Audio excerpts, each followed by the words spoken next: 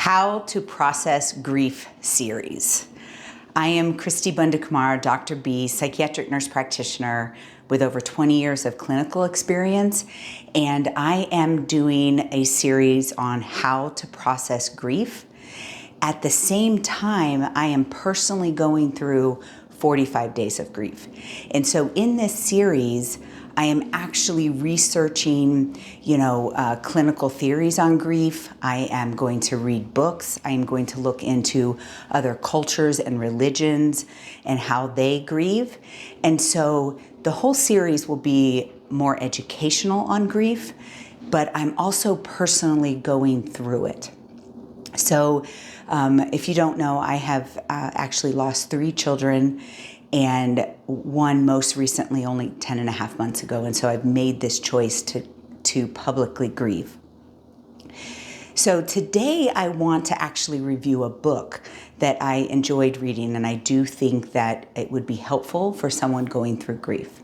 It is called Moving Through Grief by Dr. Kubacky, and it actually uses ACT therapy or theories around that. So ACT stands for Acceptance and Commitment Therapy, which I really like. It stems from a cognitive behavioral model, and it has some very specific things that were helpful for me. So it's really great when things can be helpful for me. Sometimes when you've been in practice for 20 plus years, you kind of think you know about things. And so in this series, I'm actually trying to receive as I'm studying.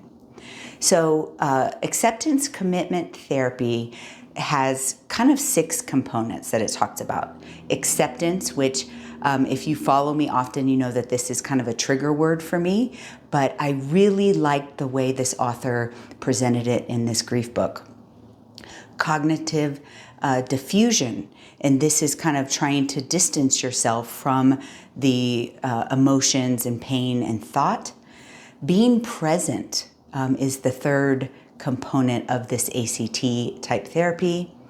Self as context is another component. That's like where you are kind of looking outside of yourself at the whole situation and trying to look at that logically and more of an advisory role in your own life.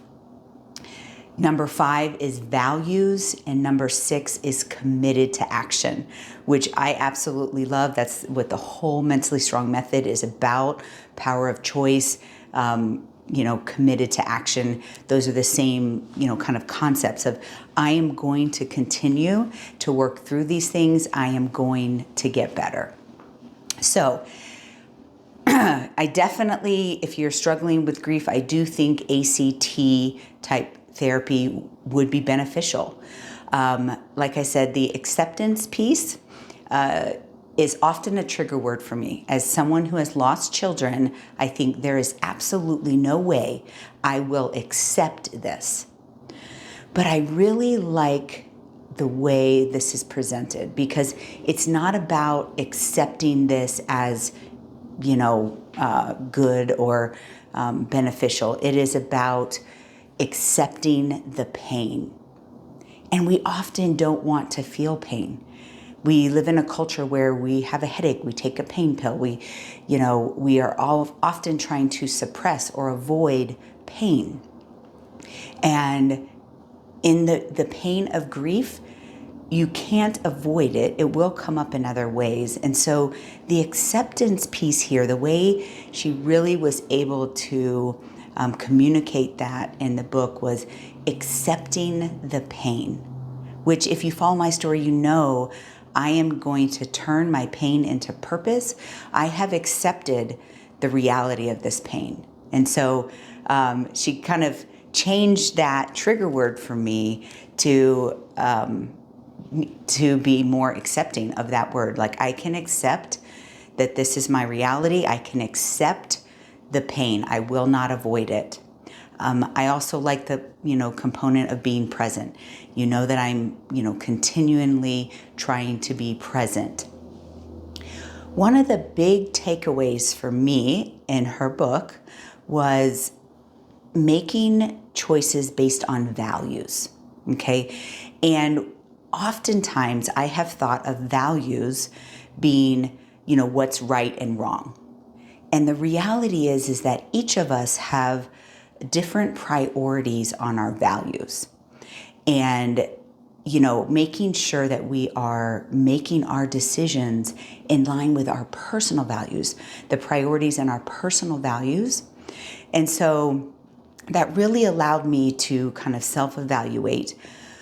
One was a really big emotional charge behind, in that I have always put value on family. My birth family, my marriage, my adopting 5 children, having my 2 children, family was super important to me. And currently I'm struggling with that. Both of my biological children and one of my adopted children are gone.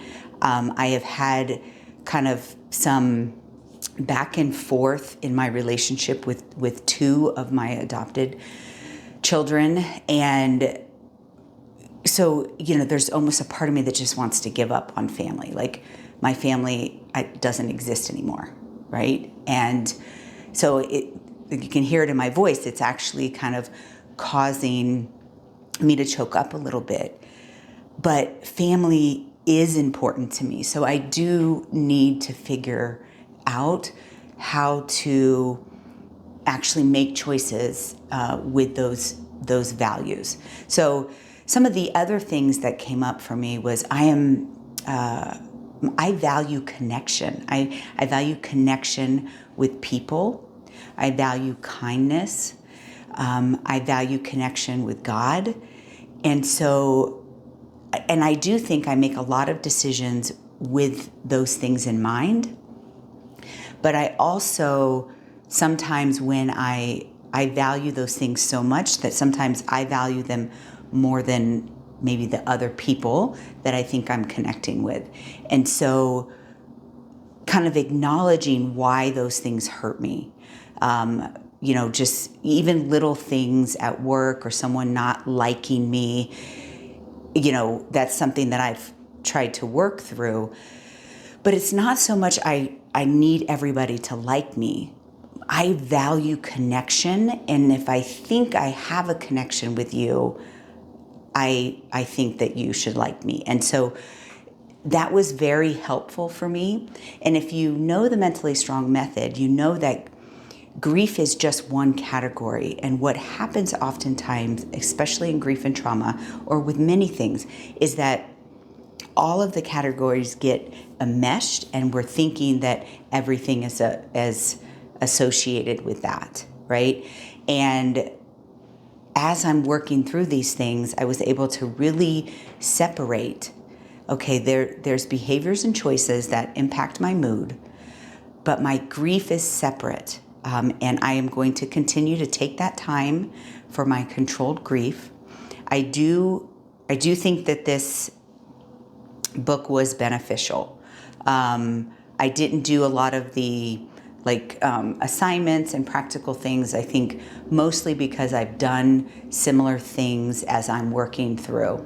But lots of good ideas here, and this kind of accepting the pain and committing to action of self-improvement, turning that pain into purpose.